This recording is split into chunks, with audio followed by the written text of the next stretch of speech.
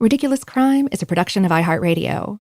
Elizabeth Dutton. Hey, Zaron, it's so good to see you. Nice to see you too. Thanks You've been well? for showing up today. Yeah, well, had time. Thought Good. I'd make it. Me too. I missed you. Why not? So I got a question for you now that I've seen you. Yes, sir. Do you know what's ridiculous? Yes, I do. Do you want to share? Yeah. It's not that this person is ridiculous. This person is a font of ridiculousness. Oh, so Steve-O. No. So it is a listener of ours. Mm-hmm. I think it's Ali Wilkins 007, Okay. ALI Wilkins 007 on Instagram. This was all passed along to me today. This person has provided us with a number of ridiculous things that are just making it to me today. Ali in particular. Ali. Thank you, Ali. This person gave us, apparently Adidas Mexico had panaderia shoes that look like conchas, which that makes sense. Then there's Pasta Garofalo did a mashup with PlayStation. So Pasta Garofalo is one of the oldest pasta brands in the world. I thought it was a riff on Jimmy Garofalo. It's Gene Garofalo's pasta company. Yeah, there you go. They're shaped like the little shapes on the controller, the square and the X, whatever. Mm-hmm. Okay. It was clever. Good for them. Yes. But here's the one that kind of jumped out today. They linked to a post from Interstellar_Isabeller. Okay. Who had news of a scandal at the Minnesota seed art competition. Escandalo? Escandalo.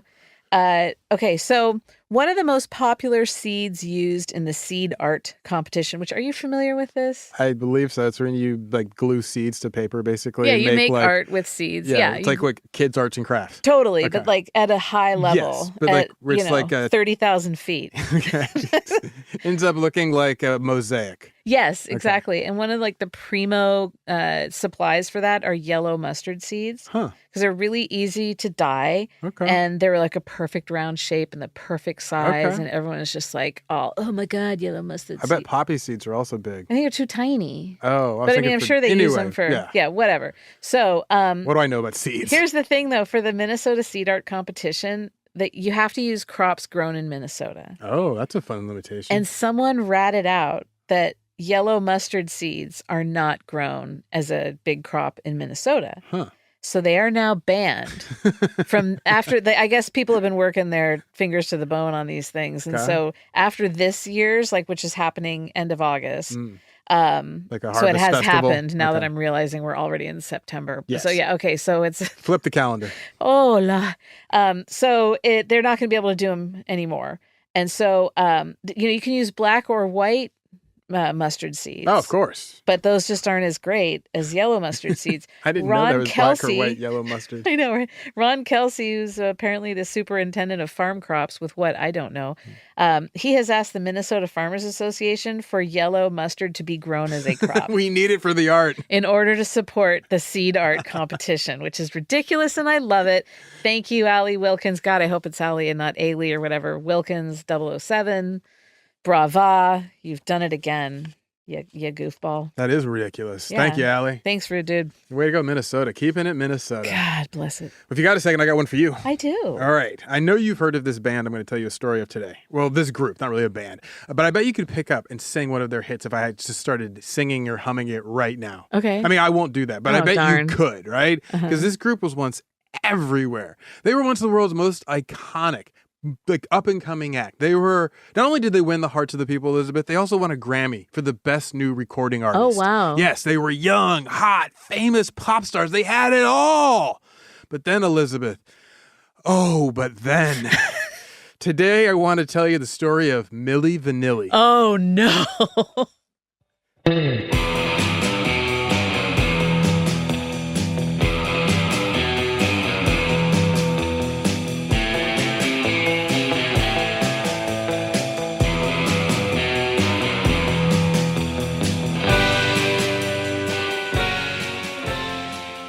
This is Ridiculous Crime, a podcast about absurd and outrageous capers, heists, and cons. It's always 99% murder-free and 100% ridiculous. Okay, Elizabeth. Zaron.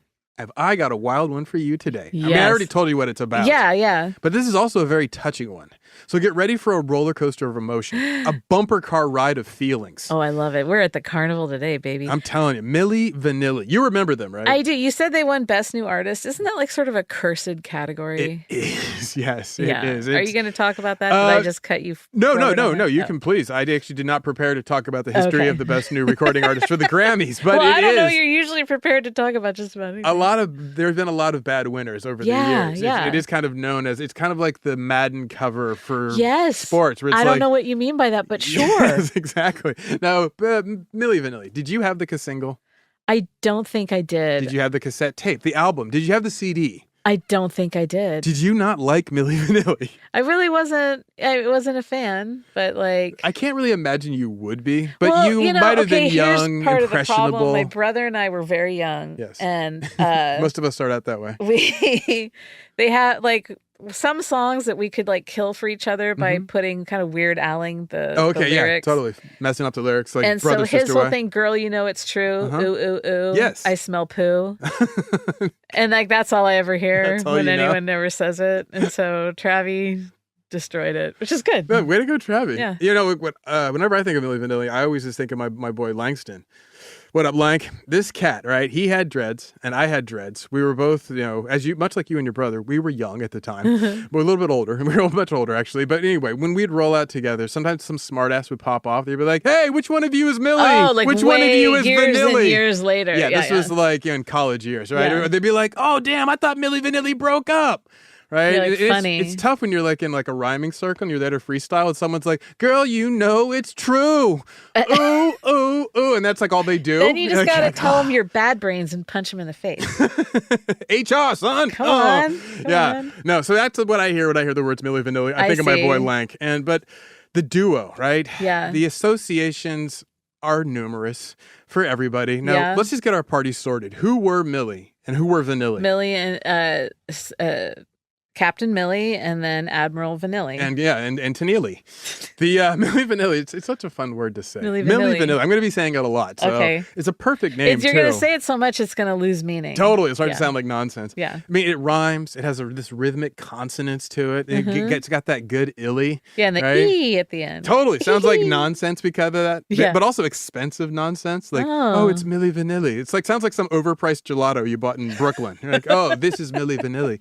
So anyway, the real deal Milli Vanilli, the OG Milli Vanilli, were two guys, two brothers. Right. But not brothers with a hard R, brothers with an A, right? They were exotic brothers, right? With a dropped French R. Now, this first came before them was this other guy who I do think you know, Terrence Trent D'Arby. Oh, yeah. You remember him? What was his big hit? Wishing Well. Wishing Well. He was good. Well, yeah, right? Good for him. He had them high cheekbones, the dread, that black and white music video was looking so pretty like, Now, he set the stage for Americans. Like, because at the time, you have to understand, in the early 80s, most of us, brothers and everybody else, we were all like pretty much high on Michael Jackson and Prince at the time. They were like a black pop star. And then all along comes 1987. Suddenly there's this high voice black dude singing all pretty and emo-like before emo was a thing. Totally was, yeah. Right? So this cat with the dreads, he's got a British accent. We're like, who is this guy? He exotic, right? So that makes him all special. And being Americans, we are still susceptible to the questionable charms of the British accent. Right. So even the brothers, we're still like, oh, man, that dude's singing real nice, right? So anyway, the whole world, the whole pop music world, they all fall in love with Terrence Trent D'Arby and his huge hit, as you know, Wishing Well, right? Fast forward 1 year, we skip over to the continent now, right? The year is now 1988. There is a dance seminar held at a dance club in Munich, Germany. Wait, a German dance seminar? Yes, just imagine that. 1, 2, 3. And we are going to count on the twos and the fours. So now history is about to be made in this Munich dance club, right? But of course, no one there knows it. But there's one man there. His name is Robert Pilatus. Okay. He meets another man named Maxime Sylvain Morvan, right? Now, both men are dancers, but they're also singers, Elizabeth. They share the same dream of pop stardom, a life on the stage, in the footlights. They could be a backup dancer or the main act, but they know their future is on the boards. They just have to dance. Yes, they're born for it. And the boards, by the way, that's what we show folk call the planks of wood that comprise a stage. So I'm just going to let you behind the curtain on this. At Home Depot. He's just sitting there on 2x4s. Anyway, Milli meets Vanilli, right? So actually, in all honesty, Rob met Fob. Vanilli met Manilli. Vanilli, I can't say, can you say it backwards? Vanilli, Milli? Oh, yeah, Vanilli Milli. Is that tough for you? It was really hard for me for a second. You're like, where did the syllables go? Like, am I having a stroke? Vanilli banana. Vanilli. Banana. So Vanilli Icy. Milli Vanilli. Robert Pilatus, right? So they go and they realize after the whole Terrence D'Arby fame, they're like, we could have this too. I mean, yes, we got Germans, but why not us? Exactly. Yeah. So let's meet Milli and Vanilli. Hello. Robert Pilatus, born 1965 in Munich in the summer, June 8th, if you're into the details of it all. Did he invent Pilates? No, he should have, though. Yeah, With that probably. name, I mean, bang, he really missed his shot. Mm-hmm. Anyway, Rob, he started his life out in a Bavarian orphanage. Oh. Yeah, he spent his first 4 years there until he won the orphan lottery and he was adopted out to a family. Okay. But it wasn't quite the win he'd hoped for because in his new home, at school and on the playground, he was often bullied. The German kids would, of course, pick on his ethnicity. They called him Kunta Kinte. Oh, God. As in Alex Haley's The Roots, the character. Yes. So luckily for him, he had music. He had a love of music. So he leaves his adoptive home behind. He goes out on his own as a teenager. He soon finds steady work, quick money as a model. The guy's really striking to look at. He even has talents, though, beyond just skin deep. He's a great break dancer, which pays well. Later, he gets hired as a backup singer for a German entry for the 1987 Eurovision Song Contest. Oh, Eurovision. Yeah, the group was called Wind. They were a German Schlager music group, Elizabeth. Someone's like, do you have wind? At the, they to go the like, DJ, and he's German. like, no, what did you hear? Yeah. What? Who told you that? Was it Horst? So, I don't smell anything. You may be wondering, Zaron, what is German Schlager music? Yeah, Great what question, is German Elizabeth. Schlager music, Elizabeth? I'm so glad you asked me. Anyway, Schlager music, very German music phenomenon. The word Schlagen, it means to hit, like as in to punch, right? Okay. And you'll find this word in many languages. It's the same borrowed word or it's cognate. So and it's punching music? Literally means musical hit in most of the languages. In so like German, New York it means hardcore? to strike or to hit, but in most times it means a musical hit. Yeah. So you have basically the same word in Estonian, Russian, Serbian, Turkish, Romanian, Finnish, Hungarian, Lithuanian, Czech, Dutch, Swedish, Latvian, Norwegian, Danish, and Hebrew. Hit music. I'm telling you, they all use the same punch, term. like punching Schlager, music. yeah. Schlag, or the cognate in their language, right? Okay. So this word Schlagen, in terms of German music, what does it refer to? It refers to pop music, right? Oh, I thought it was like the Bronx, like I want to punch people music. Oh, no, not like that. Damn. So in the 1920s and 30s, there's this renaissance of Schlager music, right? Which then, of course, falls away because there's a little interruption between that and the second revival in the post-war period. World War II got in the way of the two revivals, right? So in the 50s and 60s, post-Hitler, Schlager music becomes this rather harmless way to express the collective German identity. Okay. Right? So they get into it and they can do it to a beat, right? So the folk music pretty much, it reaches its popularity peak in the 60s in Germany, Austria. But once again, you're asking, Zaron, what is Schlager music? Yeah, you tell me about its popularity. What is Schlager music? Still a great question, Zaron. Elizabeth. Okay, one I've yet to answer. So what is Schlager music exactly? Elizabeth, you have to understand Schlager music has been called, quote, Germany's most embarrassing musical genre. Oh, dear. In 2017, I found that the all described Schlager music as, quote, the oral equivalent of nuclear war. It is an oeuvre that makes Christian rock seem subversive. What? Yes, yeah. What could this possibly... So the all also added that Schlager music, quote, contains lyrics that are maximally chirpy, predictable, simplistic, and very, very, very, very rhyming. If your average terrible pop song rhymes 10 times in 30 seconds, a Schlager hit rhymes 50 times in 30 seconds. Like if your golden retriever learned German and then wrote a song. Wait, is this like... Am I now starting to understand Eurovision? Yes, you are starting to understand Eurovision. Because I've never understood, like, why these songs are so bad. It's like campy folk music, essentially. And so that's what Eurovision is. Schlager music has been a big champion in the Eurovision contest. They've won numerous times. Schlager music has won. Yeah. So all of Europe's like, oh, look, it's so fun, right? Okay, But in their accents. Right, Anyway, sure. So one writer for The Guardian, they noted that Schlager music is, quote, about being on holiday, country living, life on the Autobahn, living with animals, and living with animals on the Autobahn. Wait, what? Exactly. Hitting animals on the Autobahn. I think it's more like they're in the car with you. But I was just plowing them but down. But you may be right. I do not know.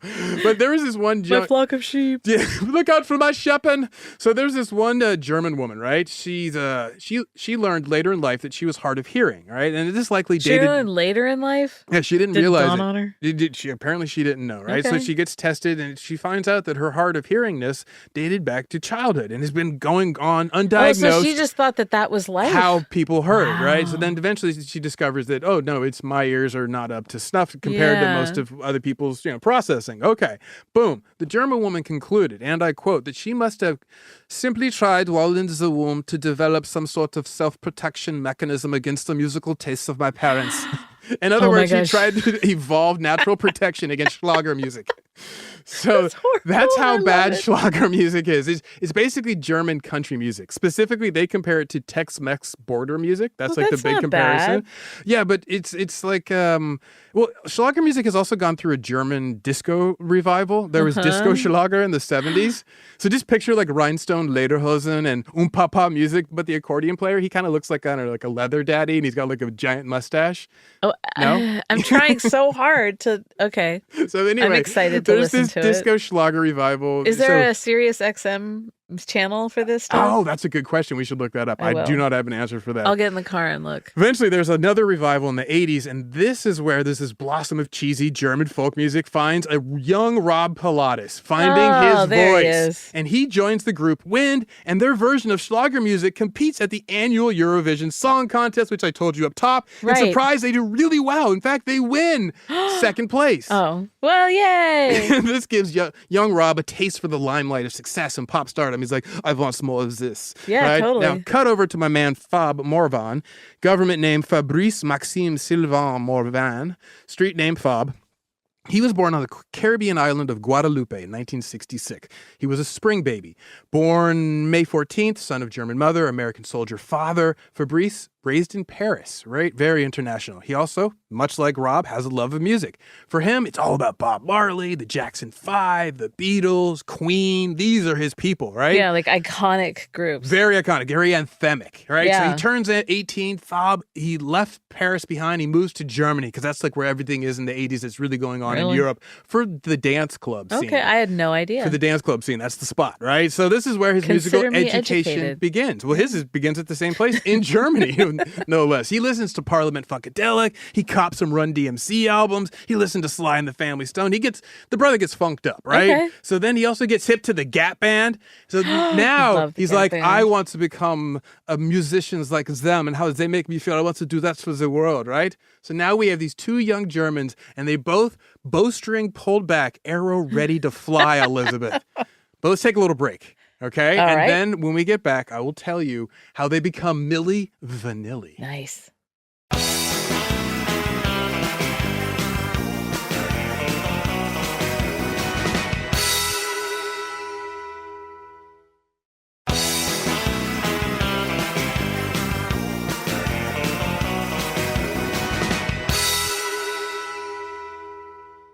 All right, Elizabeth, we're back. Yes. All right, where were we? That's right, Germany. That's right. In the 80s. Robin and Fabin. Scene of disco, like post-disco club music. Things are just popping off. Pop music is just being made. People are, they're creating new dances, new fashion. It is everything a young person wants to be involved with, especially if you're like a backup dancer, which is what these guys essentially are. Yeah. And models and, whatever. Anyway, eventually, it just takes a little bit of a matter of time before their paths cross. How did their paths cross, Elizabeth? I don't know. You tell me. Well, they met at another dance seminar in Munich in 1988. Remember, I told you. Yeah. So what happened when the two backup dancers and the models finally meet? Did they feel a spark? Did they immediately know? Did they have a dance-off? Did they have a dance-off? Did they resent each other? What was their response? I think that they like broed down. They knew, like, we're cool. You called it. Nice. As Rob said, quote, something clicked between us. Maybe it's because we're both black people who grew up in foreign cities that don't have too many blacks. Yeah. So he gets right to the heart of it. He's like, I saw him, he saw me, and boom, we were like, the old head nod. He knows, exactly. So they saw past what everyone else saw, and they saw each other, and they understood each other from the jump, right? But wait, from our researcher Andrea, she found that actually they met 3 years earlier in 1985 in Los Angeles. What? Yeah, so apparently they don't remember meeting for the first time. Anyway, the idea was this. Rob Pilatus, he was a breakdancing boogaloo badass, right? He's the breakdancer. Fab is more of the singer-dancer. So Rob is over there breakdancing. He's such a limber-limb young dancer. He gets invited to compete in a breakdance competition in New York in 1984. Oh, that's like epicenter. Yes. I mean, he's going up against Crazy Legs. I mean, this is like real legit breakdancing, 84, right? He's popping and locking, head spinning, crab dancing his way to America, and he gets there. Now, while he's in the U.S., he pops over to L.A. to see what's going on in the entertainment capital of the world. Right. And who was in town, Elizabeth? Attending a dance seminar? You guessed it. New York Yankees great Yogi Berra. No, I'm kidding. It was Fab Morvan. I just, in my head, when I hear seminar, I just see like lines of chairs in like a hotel conference room. And there's some kind of like visual presentation. Yeah, PowerPoint. Next slide. And then me like next dozing slide. off and then yelling, boring. Exactly. Yeah, so imagine that, but with dance. Oh, so fun. Apparently they met in LA at that dance seminar, but it wouldn't be until 3 years later in Munich that they decide, you know what, we should start a group together. We are obviously so much alike, right? So they decide, yes, it's a great idea. They start a group. They call it Empire Bazaar. Empire Bazaar. Pretty good band name, in my opinion. I mean, Milli Vanilli is like it's just amazing, right? Sure. Then Empire Bazaar, I mean, that's really their 2 for 2, in my opinion. Okay. They should get jobs naming new bands. They're like, forget singing, just name new bands. Anyway, Empire Bazaar is formed. Empire Bazaar sounds like one of those fake Instagram like clothing stores that are just a scam. It definitely sounds like that. Or like a band for Scott Weiland after Stone Temple Pilots. R.I.P., yeah. Yeah, right? Totally. So anyway, they hire a third member because we need somebody who can sing. So they get this woman, Charlene, and together the trio record a single called Danses, or Dance. And so it was a dance club pop song, as you might imagine. Like Danser. All three, they danced as they sang. They played their own instruments. Oh, really? And, Rob sang lead while playing bass guitar. So they were legit musicians. They managed to sell some records, like in the club scene, and they sell thousands of records. But mostly they stayed what they were, starving artists subsisting on their shared dream. So now they didn't know this at the time, but stardom was fast approaching, Elizabeth. Look out. Yes. So enter the bad man. This is the kind of scumbag you meet in many music business cautionary tales. Oh, no. In this case, his name is Frank Farian. Okay. But that's his street name. Government name, Franz Reuter. Franz Reuter. So as you can tell from his original name, Franz was a German, or was a German. Anyway, as Frank Farian, he becomes a German record producer. Okay. So he has real baby boomer energy. But it turns out this dude predates the war, as in World War II. He was not part of the post-war baby boom. He was born in Hitler's Germany in 1941. Oh, God. That was the energy old Franz Reuter was, a.k.a. Frankie Farian, was born into. Just like the other lady, her body deafened itself to the bad music. Yes. He his ears grew and was like, tell me more. I want to have everything about exploitation. So he goes on to become a German pop music producer who by the mid 80s was really slinging, right? His big innovation was to select people who look good, who look hip and sexy. Then he'd have them lip sync songs by people who had good voices. Yeah, he'd hire session musicians, session singers, they'd cut a record, then he'd hire some models and dancers to perform it. Instant pop music hits, right? Yeah. This is because he knew this worked because it worked for him. Yeah. His personal success in music dated back to the 1970s when he had a minor hit covering the song Al Capone, which he then retitled Baby Do You Want a Bump? Wait. First of all, I'm not familiar with the song Al Capone. I'm not either. And how does one get from Al Capone to Baby Do You Want to Bump? I do not know. Explain this to me, Zaron. It's so amazing. Baby, do you want to bump? Exactly. What do we mean by bump? We know what we mean by bump. Or is it... But it makes Al Capone suddenly a very different figure. He's like DJ Khaled all of a sudden. Another one. Anyway, the performing name for Frank Farian, a.k.a. Franz Reuter, was Boney M.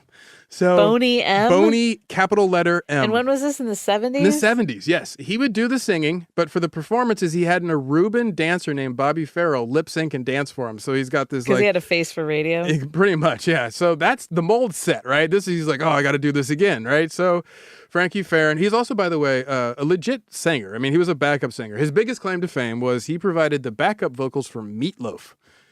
Oh. Yes, in a lesser-known single, Rock and Roll Mercenaries, he was uncredited, but the track was released in 1986, which means Frankie was working in the biz when he signed Rob and Fab to be his next big act. I am 100% going to start telling people that I'm a background singer. Now, I'm uncredited. I'm uncredited. Mind you. Yes.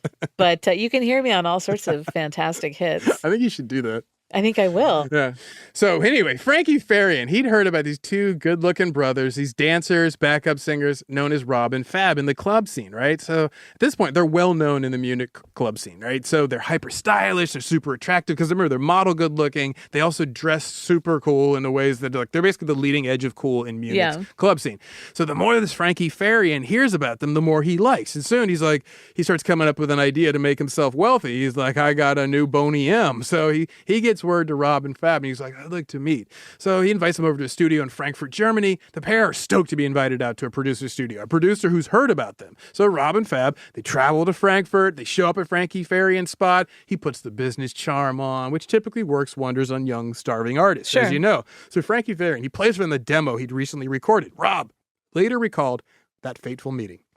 And everything in his life changes. And I quote, we got a call to come to the studio and we said, all right, that's it. We were just dumb little kids. So we said, let's go. When we got to the studio, Girl, You Know It's True was just a demo. And he asked us of our opinion of it. And if we could sing it. And we said, yeah, we could sing it. And he said, oh, beautiful, I believe it. But next week we have shows to do. So don't worry, I'll make you into a millionaire. So... They're all next excited. Week we have shows to do? Next week. He's just met him, and he's like, I got shows next week. You ready? Here, try on this spandex. He's hot sheeting him. So he's got the blueprint ready, the song recorded. All he needs is his front men. He makes the pair sign his standard deal with the double contract. And the date of the contract signing is January 1st, 1988. The contract stipulates that Rob and Fab will record 10 songs per year. I couldn't find any limit on how many years. Just 10 songs per year until I say stop. So they signed the contract without, of course, any legal advice whatsoever. Oh. Now Frank Farian has his talent right where he wants them, under lock and contract, so he gets down to business of exploiting them. He has them come into his studio and shows them, he goes, oh, show me what you can do, right? And so they cut a track, and it's not at all what he wants. And he's like, oh, this sucks, right? As Farian would later recall, quote, these two guys come into the studio, they recorded, but they didn't have enough quality. So he's like, not into it. So he goes to plan A. He hires session musicians, session singers, and he has them record the track. The singers are this guy, John Davis, Brad Howell, the twin sisters, Jody and Linda Rocco, and finally Charles Shaw. So the album's done, recorded April 1988. Farian, he whips out his standard deal with the devil contract, has all the session singers sign the contracts forbidding that they will ever reveal that they were the ones actually singing the record and not Rob and Fab. Oh, of course, they all agree to stay mum. So the secrets, of course, are hard to keep. Yeah. But Charles Shaw, let's talk about him for a second. Chuck. U.S. Army veteran. He had crossed paths with Frank Farian somewhere along his winding path through life. He wrangled $6,000 out of Farian to perform his part on Girl, You Know It's True. He did the rap part. Oh, God. All right, so Elizabeth. He shouldn't tell anyone. So Frankie Farian, he gets greedy and controlling. He didn't know how to win over his stable of session singers entirely. So Shaw starts making noise about how he wants credit or more money. And so he did what, made sense to his businessman brain. He threatened Farian that he'd rat him out to the music press. Right? So now the guy's like, Farian's like, no, we can't have this. Come on, I can give you maybe like a couple $100 more or whatever. He's trying to like lowball him. So Shaw's like, no, I'm going right to the press. So Farian, what does he do? He's like, oh yeah? Then you are fired. Take your mic for rapping and you go. Right? Rapping. So he's like, all right. So he leaves. Now, just remember that name, Charles Shaw, okay? Because that dude's going to be out there plotting his revenge. Oh, but for now, nice. Charles Shaw disappears from view. Well, Milli Vanilli takes center stage. And now, Elizabeth, do you know how they came up with the name Milli Vanilli? I told you about it, but I didn't tell you how they came up with it. No. So Rob Pilatus, he says it's, quote, a fantasy name. He said that, their pop stardom, success, the words Milli Vanilli were something of a fairy tale, right? It all happened so fast. It's just just out of, magic, right? In a beat of a flutter of a butterfly's wings, suddenly Milli Vanilli was on the lips of everybody around the world, right? But Rob said... at one point, he had this story of a friend who's traveling down in Africa, and he couldn't believe it, but, quote, there was no soap and no Coke, but there was Milli Vanilli. So that's how wild Milli Vanilli... I thought this was still the story of how they got the name. I'm telling you. I was like, what is Milli Vanilli in Africa that it's everywhere? It's everywhere. No, it just has this magical quality is my point. Okay. It's like a spell cast, right? Sure. The words, they conjure this silly pop magic right into the world. The story is this, that Milli Vanilli comes from a trip that Rob and Fab had taken together to Turkey. And in Turkish, the phrase is used as an advertising slogan. It apparently means positive energy. Oh, really? Yeah. And there's another story, though, that is actually a nickname of Frank Farian's girlfriend. Her name was Ingrid Sigith, but Frank Farian called her Millie, right? So Fab just paired that with a rhyming nonsense word to evoke the sound and feel of a very big British band at the time, Scritti Politti. So which is it, guys? And then there's a third version of the story where the name was borrowed from a long-defunct Berlin discotheque. Oh. Yeah, the truth is it's probably one of those stories, or maybe like they were just what if it's all three? Like one was eating vanilla yogurt and the other one dropped his bread and he's like, you got your Milli and my vanilli. I don't know what the story is, Elizabeth, but... do we know that it is like currently used in Turkey as it is an expression. It is an advertising slogan. So that part we do know is true. All right. But what we know at this point is the summer of 1988 is upon us, and Milli Vanilli has just entered the chat. Okay. So the crowds get these in Europe. They get an eyeball. These two beautiful black men in spandex biker shorts, thigh high, 20-hole, like blazers, black with leather, Doc Marten boots, black blazers, black leather biker jackets. You know, like just like straight up. So they had like big jackets and little tight pants. Exactly. Big up top, tight on bottom. And the Euro crowds, they are loving it. Sure. Like the braided extensions are floating and whirling about like a dancer's skirt when they go. They had braids. Right? They had box braids. Totally. And they'd lip sync the hell out of those pop songs, right? Even they hadn't recorded them, but they knew the lyrics to lip sync them. So everyone was like, oh, this is amazing. They look so good. They just look phenomenal doing it, right? But this, at this point, they believe is just the warm-up. This is like, you know, in bands, they go to Europe, and like American bands go to Europe to like build a name, and then they come back here and they do their real tour. That's what they think they're doing, right? Okay. So then they'll go back to the studio and record their album. But as Rob tells it, quote, we would ask Frank, when are we going to be allowed to give some input? And he would say, yeah, but right now we need you to go out to do promotion. Of course you'll get to do it. Just work with us. That's how he's strung us along. So they didn't wonder why they had never recorded anything? No, they're just out on tour. So they tour all summer, right? So they really have built up a name for themselves. A lot of people know who Milli Vanilli is at this point in Europe, right? November 1988, their summer tour is now behind them. Their debut album drops. They've built up the name. Boom. First, it's only available outside the U.S., only available in Europe. Okay. Now, you could not buy it in America. But then in March of the next year, 1989, the album hits American store shelves. And at the same time, the songs hit the radio airwaves, videos drop on MTV, the pop shockwave starts. In America, Milli Vanilli's album was given a new name.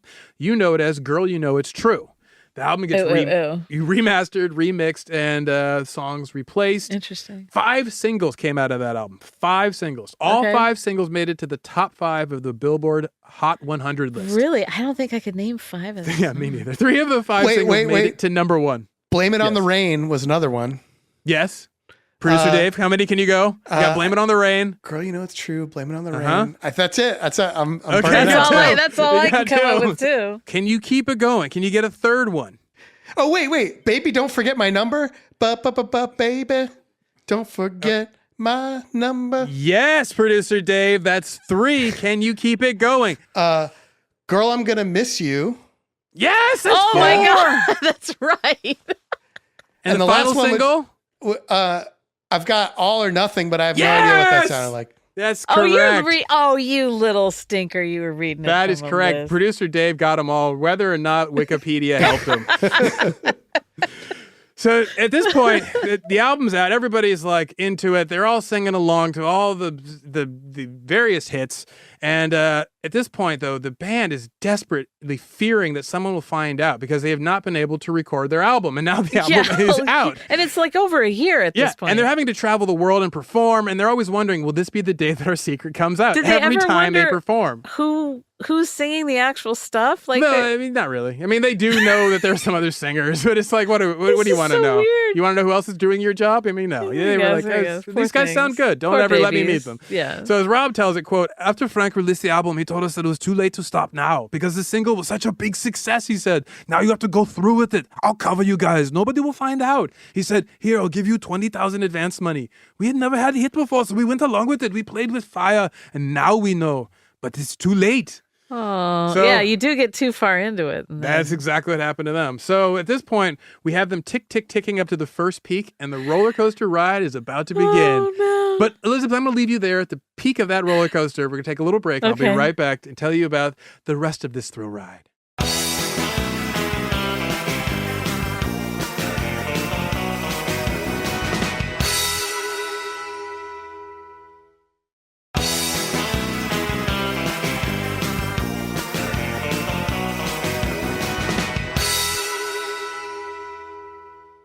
Elizabeth, Zaron. It's March 1989. Mm-hmm. Milli Vanilli begins their North American publicity blitz. Yeah. They perform at the Soul Train Awards. They perform at an AIDS benefit put on by their label, Arista Records. In Toronto, they pick up a Juno Award for International Album of the Year. Meanwhile, they also perform over 100 concerts across America. Whoa. Yes, the buzz is not only lit, it's gone yeah. So at every single concert, they're lip syncing all of their hits. All five of them. That's not too uncommon. No, that's the thing, right? But anyway, and so Fob said it was a strange agony to be performing, but not really.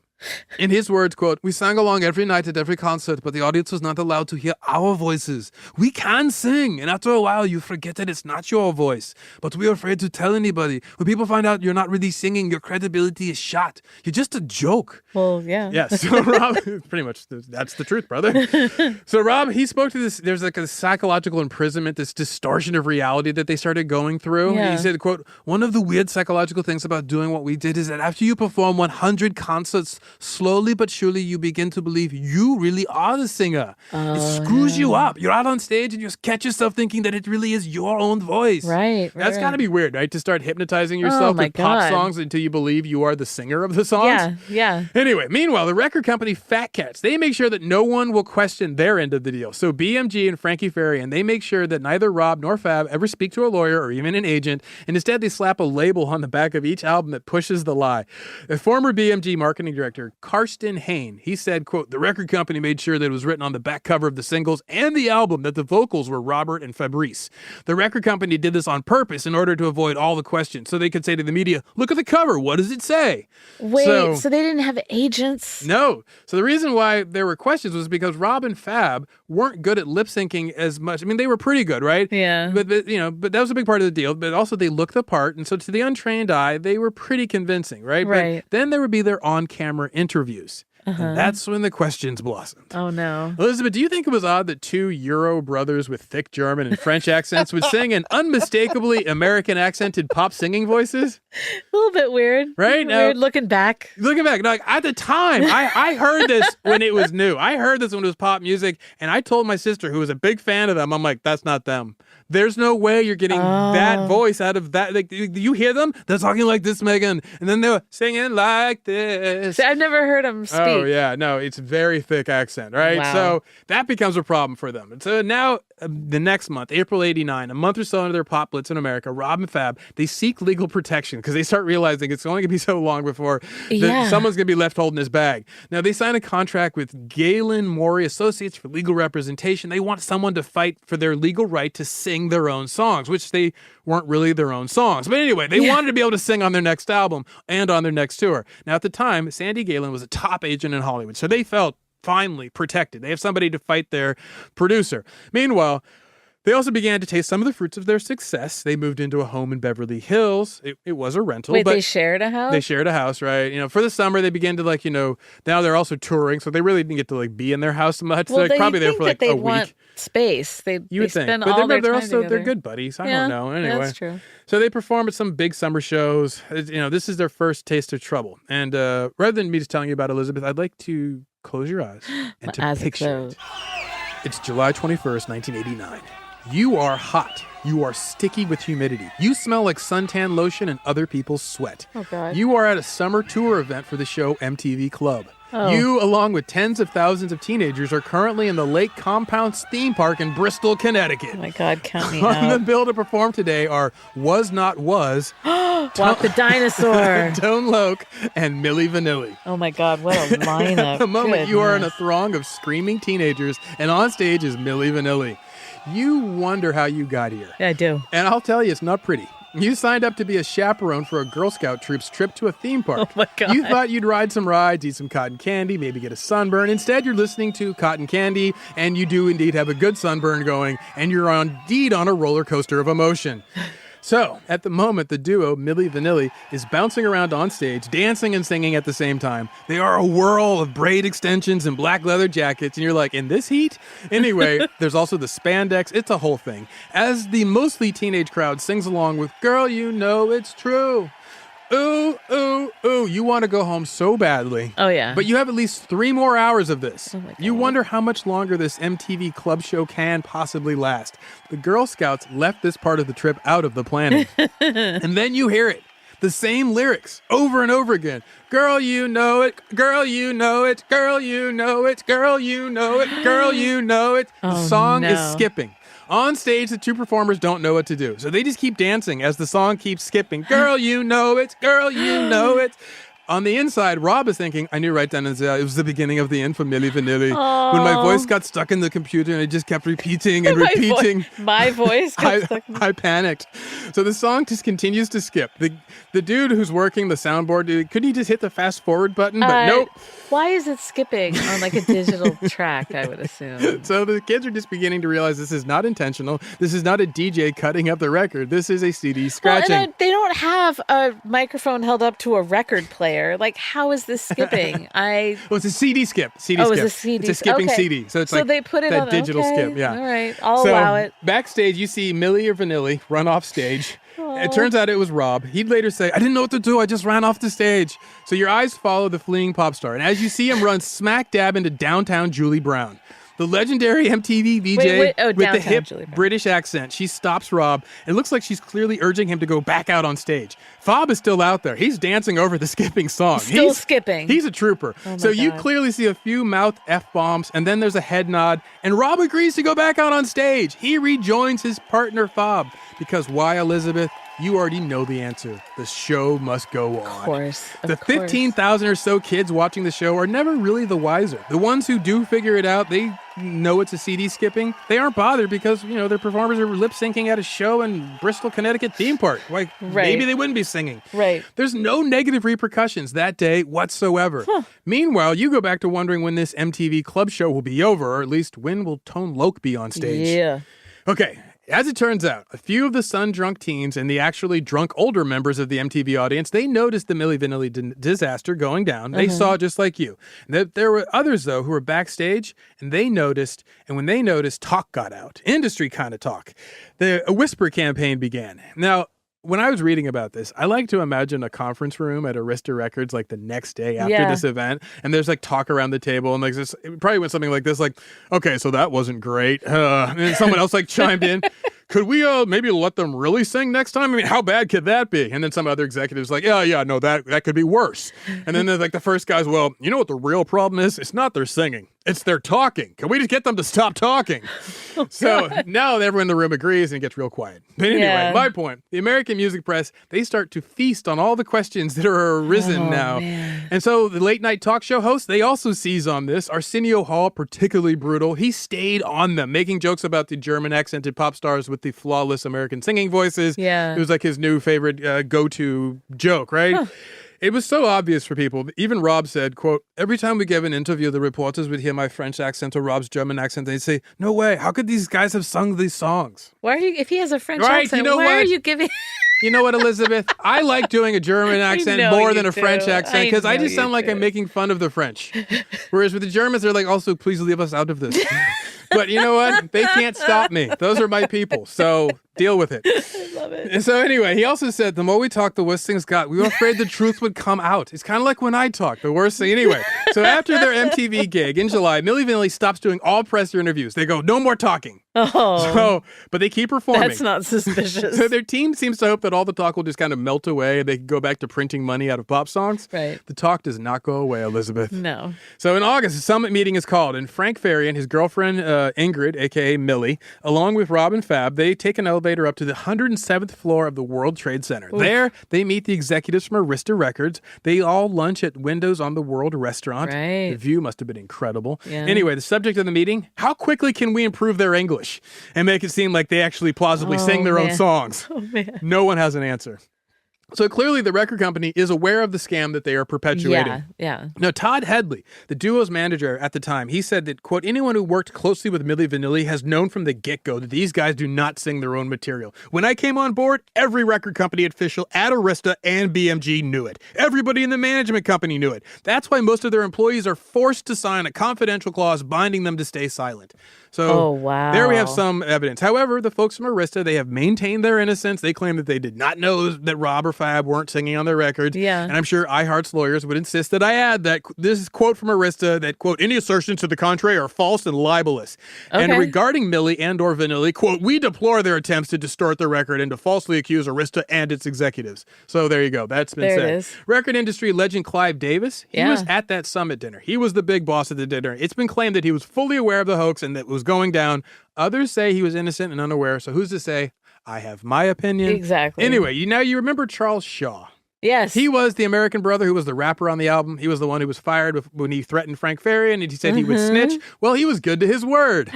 Charles Shaw finally got his revenge. Milli Vanilli, they're back on the continent now for their first big European tour. They've left America trying to maybe put some distance between them and all these ugly rumors. Yeah. Meanwhile, Charles Shaw, he sits down for an interview with John Leland, a writer from New York Newsday. He tells the reporter the whole story. How he was one of 3 male vocalists featured on the album and that Rob and Fab did not sing a single note on the album. Oh, my God. At that same time, Frank Farian, he finds Charles Shaw. He starts throwing money at Shaw to shut up and go away. And at first he's like, but you also have to retract your statement. So Frank Farian, he offers the rapper $150,000 to take back what he said. This is more than he's given the boys to do albums, right? Shaw doesn't take it. At that point, Milli Vanilli is a behemoth of pop music. The duo at this point has sold 14 million albums. They are certified pop stars. And then the unthinkable happens. In February of the next year, as the controversy is now swirling and denials are persisting, Milli Vanilli wins the Grammy Award for the Best New Artist. Fab recalled how at that moment at the Grammys felt for them backstage that night. He said, Rob and I hugged each other and celebrated. It may have looked like joy and happiness, but inside it was pure confusion. We knew this would come back to bite us in the butt.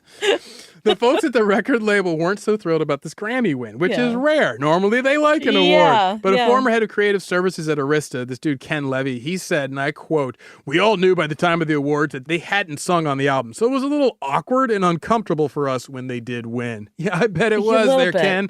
So at this point now, Milli Vanilli, they know their moment is over. So what do, Elizabeth? They know it's just a matter of time. They go whole hog and they really live it up.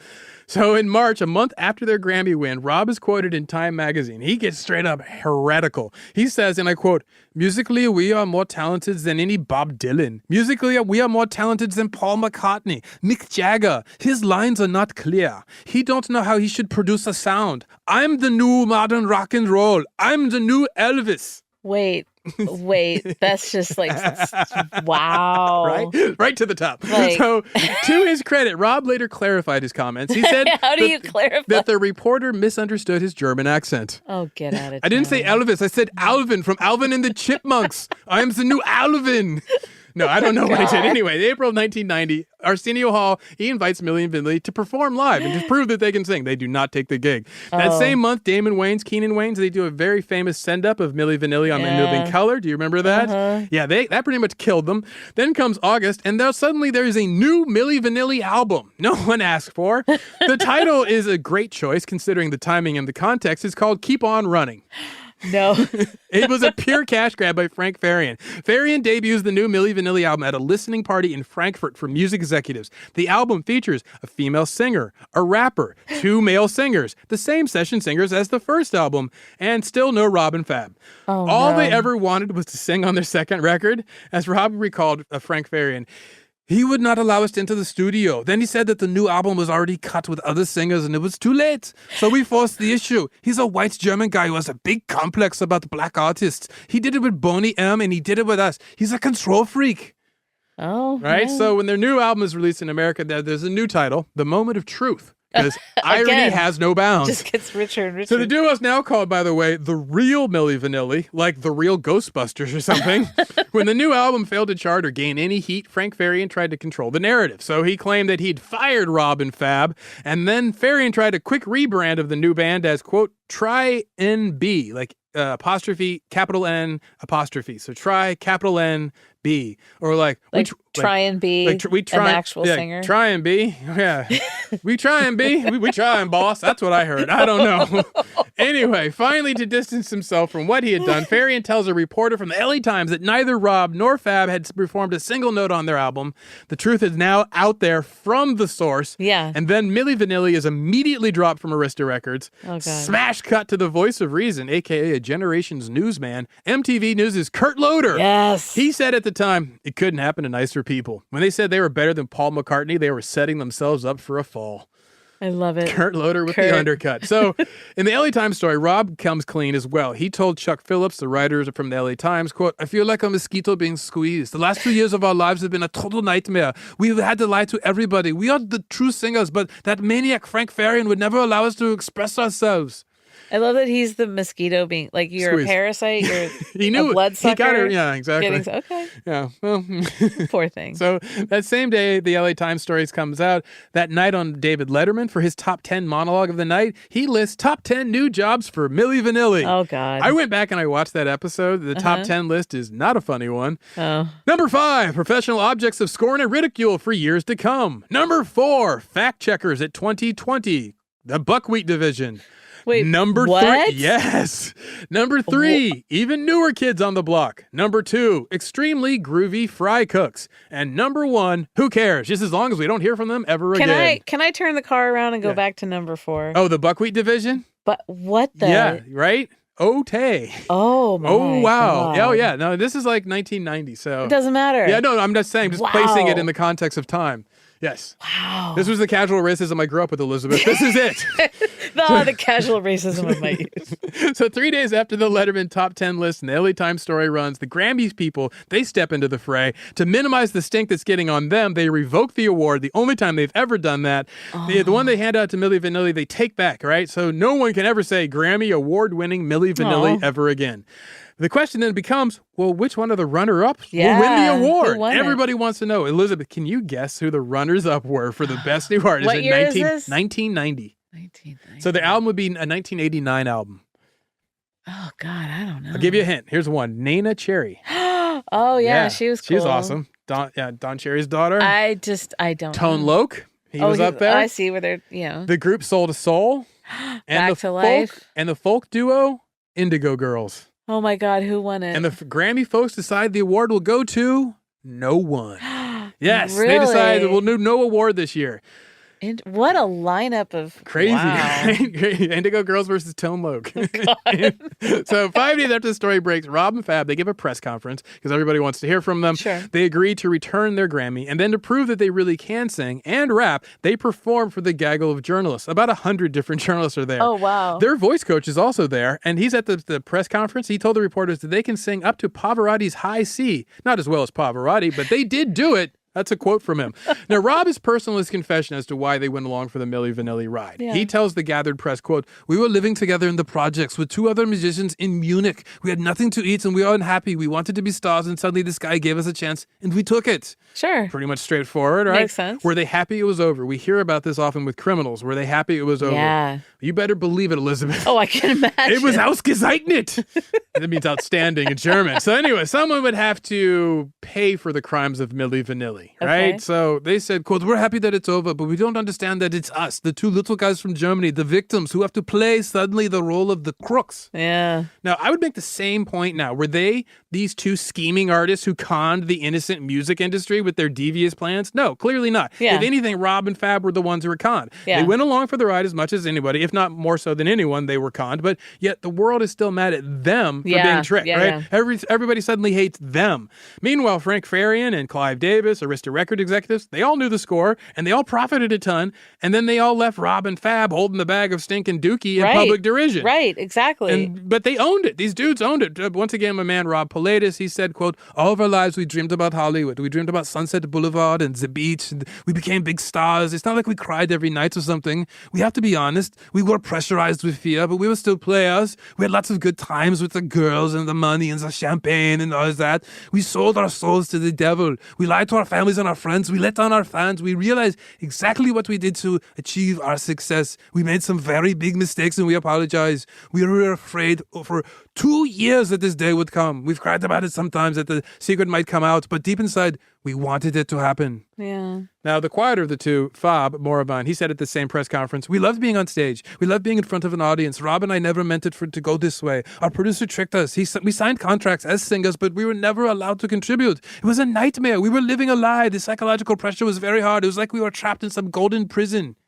Yeah. So once the truth comes out, there are, of course, this string of lawsuits, 26 of them to be exact. Oh, my God. There's even a lawsuit from the band Blood, Sweat, and Tears. They got in there like, what are they doing poking around? I know, right? Well, they accused the group of stealing one of their melodies for the song Spinning Wheel and using it for Girl You Know It's True. And if you listen to it, it's pretty clear. Okay. So the lawyer wrote in his legal briefs, quote, "This lawsuit is about the song they never wrote on the album they never sang." You got to hand it to homie for that. Yeah, exactly. Anyway, fun fact. During their madcap, rollicking ride through fame and American stardom, Milli Vanilli ended up performing with Bob Dylan. What? And the rest of the Wilburys, traveling or otherwise. Yes, Wait, Rob and Fab were in the Traveling Wilburys music video. I don't know. I could look it up. I had a note for it earlier, but I don't have it with me right now. Sorry. Weird. Yeah, but what I am saying is this: they were everywhere, Elizabeth. For a moment, they were huge. They were the new rock and roll. Sure. They were the new Elvis, and then they were gone. Poof. Yeah. Now, I think my man Rob, he summed it up with the best period when he said, "The hardest thing to take was kids in the school bus sticking out their tongues at me." That was the hardest thing? Dude, I'm with him on this, Elizabeth. Have you ever had like a teenager murk you in public? Oh my God. It's my personal nightmare. I'd rather have to face a snake, a person with a gun, than like two teenage girls. Teens are terrible. Oh my God. Oh my God. They're merciless. They see everything an adult wants to hide. It's like Terminator vision. Yes. And they know, and then they go right at you. And they don't, you know, like they talk about like rattlesnakes. Baby rattlesnakes are the ones that are most dangerous because they don't know how much toxin to put in. So they just put a full load in. So you never want to be struck by a small rattlesnake. It's always be struck by a big rattlesnake.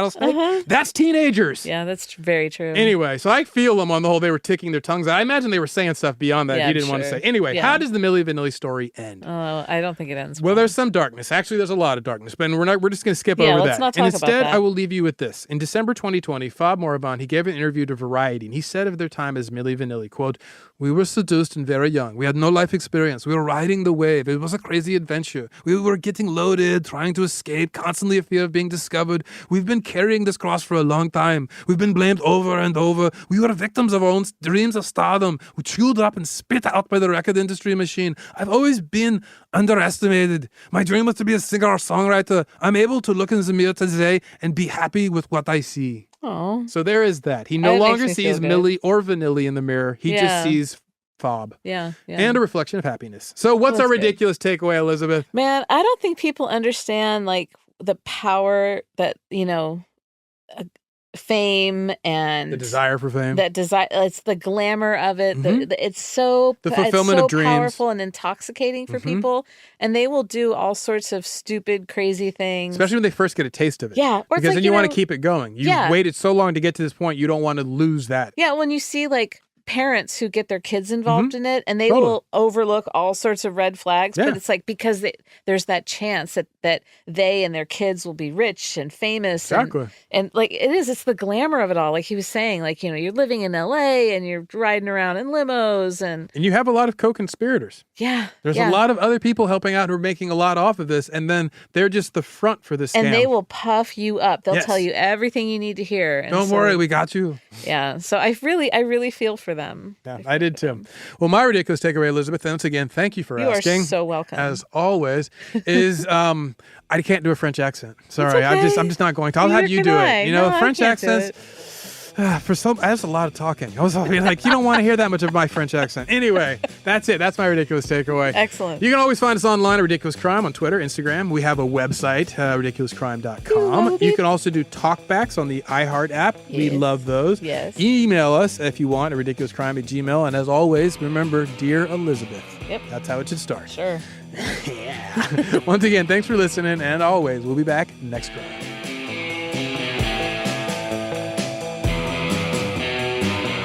Ridiculous Crime is hosted by Elizabeth Dutton and Zaron Burnett. Produced and edited by the Milli to our Vanilli, Dave Kusten. Research is by Marissa. Nana Cherry was Rob Brown. And Andrea, I'm a Tone Loc Truther, Song Sharp and Tear. Our theme song is by Thomas, One Hit Wonder Lee, and Travis, Kurt Loder was right. Dutton. Host wardrobe provided by Botany 500. Executive producers are Ben. I always preferred Technotronic. Bolin and Noel. Yeah, pump up the jam. Brown.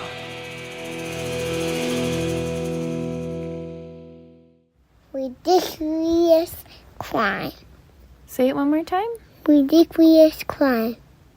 Ridiculous Crime is a production of iHeartRadio. For more podcasts from iHeartRadio, visit the iHeartRadio app, Apple Podcasts, or wherever you listen to your favorite shows.